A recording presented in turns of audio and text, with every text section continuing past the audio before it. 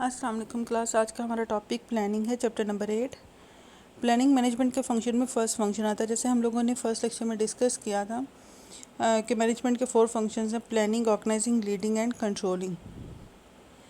Planning class एक ऐसा function होता है जिसमें ऑर्गेनाइजेशन की मैनेजमेंट ने गोल सेट करने होते हैं और कुछ स्ट्रेटजीज़ डिज़ाइन करना होती हैं। अब वो स्ट्रेटजीज़ कौन सी होती हैं क्लास?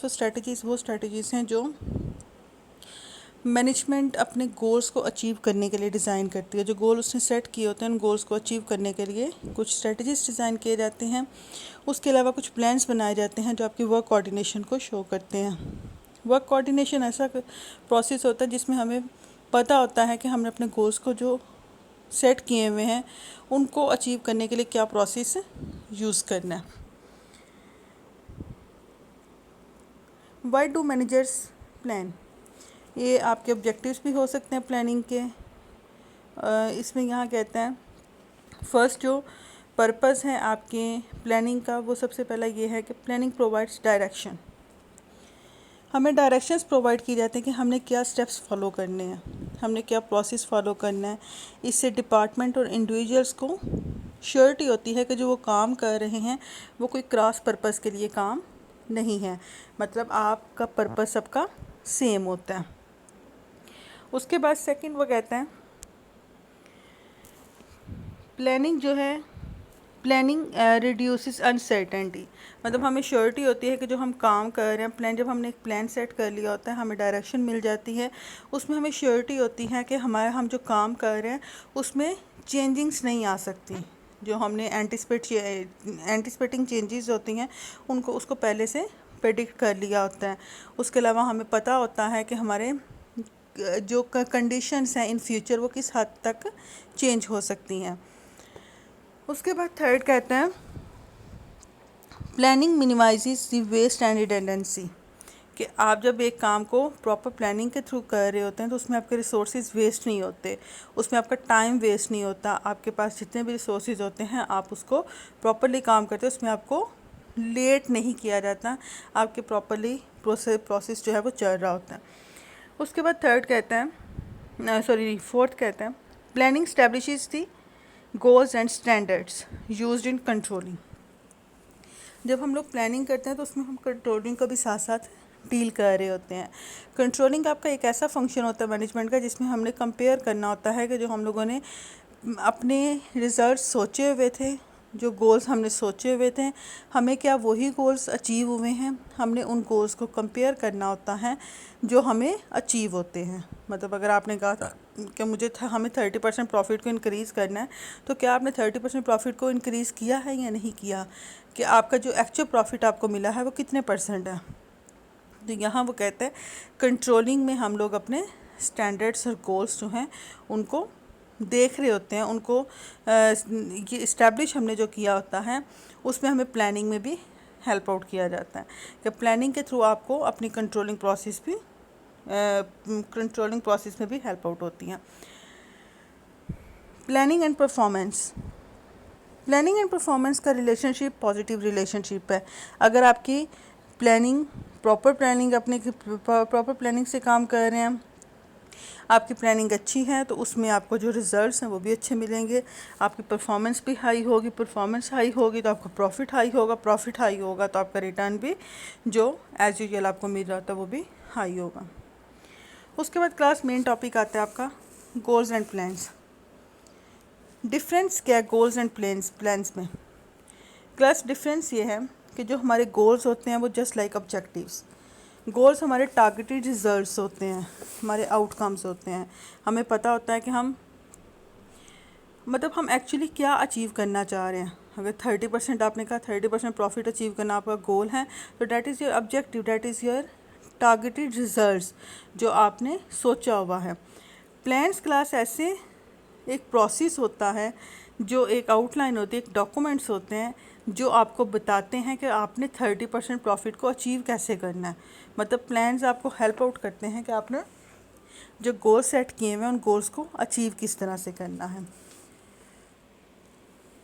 उसके बाद हमारे पास आता है types of goals. Types of goals जो हैं बेसिकली हमारी 2 टाइप्स हैं, financial and strategic. Financial goals ऐसे गोल्स होते हैं जिसमें हम लोगों ने अपनी फाइनेंशियल परफॉर्मेंस को अचीव करना होता है। हमने कहा हमने 30% प्रॉफिट इंक्रीज़ करना है, that is your financial goal, कि आप फाइनेंस से रिलेट कर रहे हैं कि आपने 30% प्रॉफिट को अचीव करना है। और अगर आप कहते हैं स्ट्रेटजिक गोल्स में, तो स्ट्रेटजिक गोल्स में ये होता है कि आप मतलब परफॉर्मेंस को तो आप देख रहे होते हैं साथ साथ, मगर साथ आप ये कहते हैं कि हमें अपनी ओवरऑल परफॉर्मेंस को अचीव करना है। ये नहीं कि आप सिर्फ फाइनेंशियल परफॉर्मेंस को देख रहे हैं। फाइनेंशियल गोल्स में हमने सिर्फ फाइनेंस से रिलेटेड देखना है कि हम अपने फाइनेंशियल प्रॉफिट को अचीव कर रहे हैं या फाइनेंशियल रिजल्ट्स को अचीव कर रहे हैं। मगर जो हमारे पास आता है स्ट्रेटजिक गोल्स में हमें ये होता है कि हमने ऑर्गेनाइजेशन के जितने भी एरियाज़ हैं उन सारे एरियाज़ को कवर करना होता है। ऑर्गेनाइजेशन की ओवरऑल परफॉर्मेंस को हमने देखना होता है। उसके बाद क्लास एक टाइप हमारे पास आती है स्टेटेड गोल्स। स्टेटेड गोल्स ऐसे गोल्स होते हैं जो आपके स्टैब्लिश्ड होते हैं, जो आपकी स्टेटमेंट से शो होते हैं। ये आपको किसी भी ऑर्गेनाइजेशन की एनुअल रिपोर्ट या किसी भी ऑर्गेनाइजेशन का जो चार्टर रिपोर्ट्स होंगी, पब्लिक रिपोर्ट्स होंगी, उसके ऊपर स्टेटमेंट्स होती हैं, स्टेटेड होते हैं कि आपकी ऑर्गेनाइजेशन एक्चुअली क्या रिक्वायर्ड कर रही है, ऑर्गेनाइजेशन एक्चुअली क्या अचीव करना चाह रही है, उसके गोल्स क्या हैं। कि आप अपनी जो एनुअल रिपोर्ट होती है उसमें मेंशन कर देते हैं कि ऑर्गेनाइजेशन के इन फ्यूचर ये गोल्स हो सकते हैं। उसके बाद आते हैं real goals. Real goals stated goal से ऑपोजिट होते हैं। रियल गोल्स ऐसे गोल्स होते हैं जिसमें हम लोग स्टेटमेंट्स नहीं देते, हम जो कर रहे होते हैं एक्चुअली वही शो करते हैं। यहाँ हमने अगर 30% प्रॉफिट का कहा है, मतलब काम अगर कर रहे हैं तो इसको हम मतलब अगर काम कर रहे हैं तो एक्चुअली हम उसको अचीव कर रहे हैं, एक्चुअली हम उस गोल को अचीव कर रहे हैं। तो that is the real goals. मैं रिपीट कर देती हूँ, फाइनेंशियल गोल्स ऐसे गोल्स होते हैं जिसमें हम अपनी फाइनेंशियल परफॉर्मेंस को फोकस कर रहे होते हैं कि हमने 30% प्रॉफिट को फॉर एग्जांपल इंक्रीज़ करना है। उसके बाद हमारे पास आता है स्ट्रैटेजिक गोल्स। स्ट्रैटेजिक गोल्स आपकी ओवरऑल परफॉर्मेंस को शो करता है कि ऑर्गेनाइजेशन की जो मैनेजमेंट है वो कहती है कि हमने ओवरऑल ऑर्गेनाइजेशन को डेवलप करना है। मतलब आप कोई नई ब्रांच खोलते हैं, फ्रेंचाइज खोलते हैं या कुछ भी दिस एंड डैट, कि आप ऑर्गेनाइजेशन को इम्प्रूव कर रहे होते हैं, डेवलप कर रहे होते हैं। उसके बाद स्टेटेड गोल्स हैं। स्टेटेड गोल्स जो आपकी एनुअल रिपोर्ट्स में या चार्टर में या पब्लिक रिपोर्ट्स में जो स्टेटमेंट्स होती हैं कि ऑर्गेनाइजेशन इन फ्यूचर ये गोल्स अचीव करना चाह रही होती है, बट एक्चुअली वो नहीं अभी कर रही होती इन फ्यूचर। रियल गोल्स वो हैं जो एक्चुअली इन प्रेजेंट आप कर रहे हैं, एक्चुअली जो प्रेजेंटली आप कर रहे हैं, that is the real goals, जो आप जिसके ऊपर काम कर रहे हैं। उसके बाद क्लास हमारे पास आते हैं types of plans. Types of plans को 4 कैटेगरीज में डिवाइड किया गया है। सबसे पहले हमारे पास आता है on the basis of breath मतलब डेप्थ की बेस पे आपकी ऑर्गेनाइजेशन के क्या प्लान्स हो सकते हैं। फर्स्ट वन हमारे पास आता है strategic plans. Class strategic plans ऐसे प्लान्स होते हैं, जैसे हम लोगों ने स्ट्रेटजिक गोल्स को डिस्कस किया था। स्ट्रेटजिक प्लान्स ऐसे प्लान्स हैं जो इंटायर ऑर्गेनाइजेशन के गोल्स को अचीव करने के लिए प्लान्स डिसाइड किए जाते हैं। जैसा हम प्रीवियसली डिस्कस कर रहे थे, गोल्स आपके ऑब्जेक्टिव्स होते हैं और प्लान्स जो हैं आपके वेज होते हैं, मीन्स होते हैं, या आपकी प्रोसेस होता है जिसके थ्रू आपने उन गोल्स को अचीव करना है। स्ट्रैटेजिक गोल्स वो गोल्स हैं जो आपकी ओवरऑल ऑर्गेनाइजेशन की परफॉर्मेंस के लिए हैं, कि आप कहते हैं हमने ओवरऑल ऑर्गेनाइजेशन की परफॉर्मेंस को बढ़ाना है। स्ट्रैटेजिक प्लान्स वो प्लान्स हैं जो आपने स्ट्रैटेजिक गोल्स को अचीव करने के लिए डिज़ाइन किए। ओवरऑल ऑर्गेनाइजेशन की परफॉर्मेंस को बढ़ाने के लिए आपने क्या क्या प्लान्स डिसाइड किए। ऑपरेशन प्लान्स ऐसे प्लान्स होते हैं जैसे आपके किसी स्पेसिफाइड एरिया से रिलेट करते हैं। ऑर्गेनाइजेशन के अंदर आपके डिफरेंट डिपार्टमेंट्स होते हैं, डिफरेंट एरियाज़ होते हैं। ऑपरेशन प्लान्स के आप किसी स्पेसिफिक एरिया को सिर्फ इम्प्रूव करना चाह रहे हैं, वो फाइनेंशियल एरिया हो सकता है, वो आपका मार्केटिंग डिपार्टमेंट हो सकता है, वो आपका प्रोडक्शन है, सेल्स है, कोई भी डिपार्टमेंट हो सकता है। या अगर आप मल्टीपल प्रोडक्ट्स के साथ डील कर रहे हैं, आपकी कोई भी प्रोडक्ट हो सकती है जिसके ऊपर आप ज़्यादा फोकस करते हैं। तो ऑपरेशन प्लान्स उन गोल्स को अचीव करने के लिए होते हैं। उसके बाद है time frame. Time frame on the basis of time frame हमारे पास 2 टाइप्स के प्लान्स होते हैं, long term and short term. Long term plans वो होते हैं जो बियॉन्ड 3 इयर्स होते हैं। ऐसे प्लान्स जो आपने 3 साल के लिए या 3 साल से ज़्यादा के लिए डिसाइड किए होते हैं या डेवलप किए होते हैं। शॉर्ट टर्म प्लान्स वो होते हैं जो मैक्सिमम 1 ईयर हो, maximum for 1 year. Basic actually ये इन मंथ्स होते हैं, 3 मंथ्स, 6 मंथ्स, 8 मंथ्स, बट ये है कि आपके मैक्सिमम टाइम पीरियड 1 ईयर होना चाहिए, 12 मंथ्स। उसके बाद क्लास हमारे पास आता है स्पेसिफिसिटी। स्पेसिफिसिटी हमारे पास ऐसे प्लान्स होते हैं जो डायरेक्शनल और स्पेसिफिक प्लान्स हैं। क्लास डायरेक्शन प्लान्स ऐसे प्लान्स होते हैं जो आपके मॉडिफाई किए जा सकते हैं इन फ्यूचर। जैसे फॉर एग्जांपल आपने एक प्लान डिसाइड किया हुआ था, आपको लगता है कि फ्यूचर जो कंडीशन इनकर होगी या हो सकती हैं उसमें आपको प्लान चेंज करना पड़ेगा, तो यहाँ आप थोड़ी सी फ्लेक्सिबिलिटी रखते हैं। डायरेक्शन प्लान्स के जैसे जैसे आपकी डायरेक्शंस जाएंगे, जैसे जैसी कंडीशन होंगी, आपके प्लान्स उसके अकॉर्डिंग मॉडिफाई हो जाएंगे। स्पेसिफिक प्लान्स वो होते हैं जो आपके प्री डिसाइडेड होते हैं, कुछ भी हो जाए, आपके फ्लेक्सिबल नहीं होते, आपके मॉडिफाई नहीं किए जा सकते। जो आपने डिसाइड किया होता है उसी के अकॉर्डिंग आपको काम करना होता है। उसके बाद है on the basis of frequency of use, single use and standing plans. Single use ऐसे प्लान्स होते हैं जो आप सिर्फ एक दफ़ा बनाते हैं और उन गोल्स को अचीव करने के बाद आपके वो प्लान्स दोबारा यूज़ नहीं होते।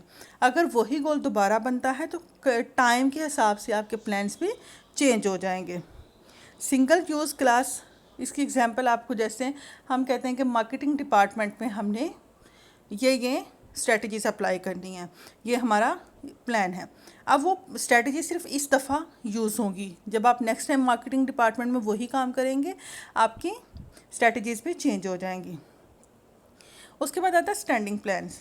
स्टैंडिंग प्लान्स ऐसे प्लान्स होते हैं जो आपके रिपीटेडली यूज़ होते हैं, फ्रीक्वेंसी ऑफ यूज़ उनकी ज़्यादा होता है। सिंगल यूज़ में आपके frequency of use only for 1 time and standing में आपकी रिपीट हो रही होती है, आपकी टाइम टू टाइम आप उसको यूज़ कर रहे होते हैं। उसके बाद क्लास हमारे पास आते हैं setting goals and developing plans. इसमें कुछ अप्रोचेस टू सेटिंग गोल्स हैं। सबसे पहले हमारे पास आता है traditional goal setting. Traditional goal setting class एक ऐसी अप्रोच है जिसमें ये होता है आपकी टॉप लेवल मैनेजमेंट जो है वो गोल सेट करती है। Top level management goal set करती है और जब वो टॉप से लोअर लेवल तक आता है, मतलब इंडिविजुअल जो एम्प्लॉय काम कर रहा है या जो इंडिविजुअल आपका लेबर जो काम कर रही है, उस तक जो प्लान आता है वो प्लान आपका सब गोल्स में चेंज हो जाता है। आपकी टॉप लेवल मैनेजमेंट एक गोल सेट करती है और जब वो डाउनवर्ड होता है वो गोल, वही गोल आपका सब गोल्स में डिवाइड हो जाता है। सिंपल, इसमें मैं एग्जांपल आपको इसी एग्जांपल से बताती हूँ। सबसे पहले हमारे पास आ रहा है टॉप मैनेजमेंट ऑब्जेक्टिव या गोल। क्या हो सकता है? टॉप मैनेजमेंट कहती है we need to improve the company's performance, कि हमें कंपनी के परफॉर्मेंस को इम्प्रूव करना है।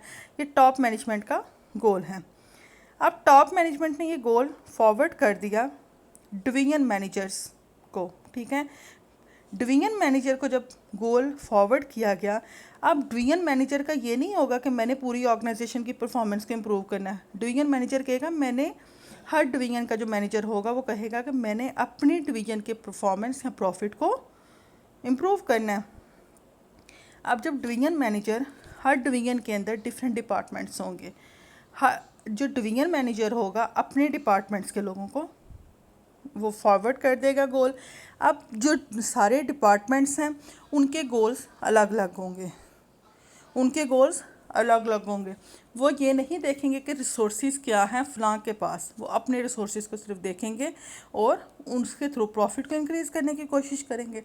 और जब इंडिविजुअल तक आएगा, जिसने एक्चुअली काम करना है, जिसने प्रोडक्ट्स बनानी है, वो कहेगा कि क्वालिटी पे फोकस ना करें, जस्ट काम को जल्दी करें, काम को वाइंड अप करें, ज़्यादा से ज़्यादा प्रोडक्ट्स बनाएं या ज़्यादा से ज़्यादा काम करें, ताकि ऑर्गेनाइजेशन की प्रोडक्ट्स ज़्यादा बने, प्रोडक्शन ज़्यादा हो, सेल्स ज़्यादा हो और प्रॉफिट भी ज़्यादा होगा, तो परफॉर्मेंस भी आपकी ज़्यादा हो जाएगी। उसके बाद सेकंड अप्रोच आती है means and chain. Class means and change ऐसी एक ऐसा गोल या अप्रोच होती है, गोल्स के अप्रोचेज है, जिसमें कहते हैं कि आपका जो एक लेवल है, अगर वो गोल्स को अचीव कर लेता है तो ऑटोमेटिकली दूसरा लेवल भी अचीव कर सकता है। अगर आपके एक लेवल ने अचीव नहीं किया तो दूसरा लेवल नहीं कर सकता। उसकी एग्जांपल हम पीछे चलते हैं। यहाँ देखें, अगर आपका इंडिविजुअल लेवल गोल्स को अचीव नहीं कर पा रहा, मतलब वो प्रोडक्ट्स को नहीं बना सका, उस उतनी क्वांटिटी में नहीं बना सका, वो क्वालिटी पे फोकस करता रहे, क्वांटिटी को उसने इग्नोर कर दिया, या वो पर आवर उतने यूनिट्स नहीं बना सका, जब ये नहीं कर सका तो जो आपका डिपार्टमेंट मैनेजर है, डेफिनेटली वो भी अपने गोल्स को अचीव नहीं कर सकता। जब डिपार्टमेंट नहीं कर सकता तो डिवीज़न कैसे करेगा? जब डिवीज़न नहीं करेगा तो ऑटोमेटिकली ऑर्गेनाइजेशन का जो ओवरऑल परफॉर्मेंस है वो अचीव नहीं हो सकती। तो मीन्स एंड जो है ऐसा है कि एक लेवल अगर अचीव कर लेता है तो डेफिनेटली दूसरा लेवल भी इसको अचीव कर लेता है, कि आपका ये टॉप लेवल से लोअर लेवल तक लिंक्ड होता है। एक लेवल अगर कर लेता है तो ऑटोमेटिकली दूसरा लेवल भी अचीव कर लेता है। उसके बाद है management by objective. It's quite different. Management by objective होता है कि ऑर्गेनाइजेशन मैनेजमेंट की ऑर्गेनाइजेशन की जो मैनेजमेंट है वो एम्प्लॉयज़ की परफॉर्मेंस को कैसे देखेगी। अगर आपने एम्प्लॉयज़ को कहा कि हम आपके गोल्स देते हैं, आप अगर उन गोल्स को अचीव कर लेते हैं तो आपकी परफॉर्मेंस उसके हिसाब से मेजर की जाएगी। मतलब आप उनको एक स्टैंडर्ड दे रहे हैं, आप उनको कह रहे हैं कि हर एम्प्लॉय जो है, हर जो आपकी लेबर है उसके में जितने भी एम्प्लॉयज़ हैं, जितने भी आपके लेबर काम कर रही है, अगर वो पर आवर 4 यूनिट्स बनाते हैं किसी भी चीज़ के, तो इट मीन्स उनकी परफॉर्मेंस ठीक जा रही है। तो यहाँ आपने उनको पहले गोल्स दिए, उनके लिए गोल सेट किए 4 यूनिट्स, उन्होंने गोल्स को अचीव किया और फिर आपने कहा हाँ इनकी परफॉर्मेंस ठीक है। मैनेजमेंट बाय ऑब्जेक्टिव कि आप गोल के थ्रू उनकी परफॉर्मेंस को चेक करते हैं। अगर किसी ने 3 यूनिट्स बनाए, इट मीन्स कि उसकी परफॉर्मेंस ठीक नहीं है। अगर किसी ने 4 की बजाय 5 बना ली तो इट मीन्स कि वो बहुत अच्छा काम कर रहा है, उसकी पर आवर जो परफॉर्मेंस है वो बहुत स्पीड से जा रही है। ये हमारे पास अप्रोचेस थे। बाकी इंशाल्लाह हम नेक्स्ट लेक्चर में करेंगे बाकी चैप्टर जो हमारा रिमेनिंग पार्ट रह गया।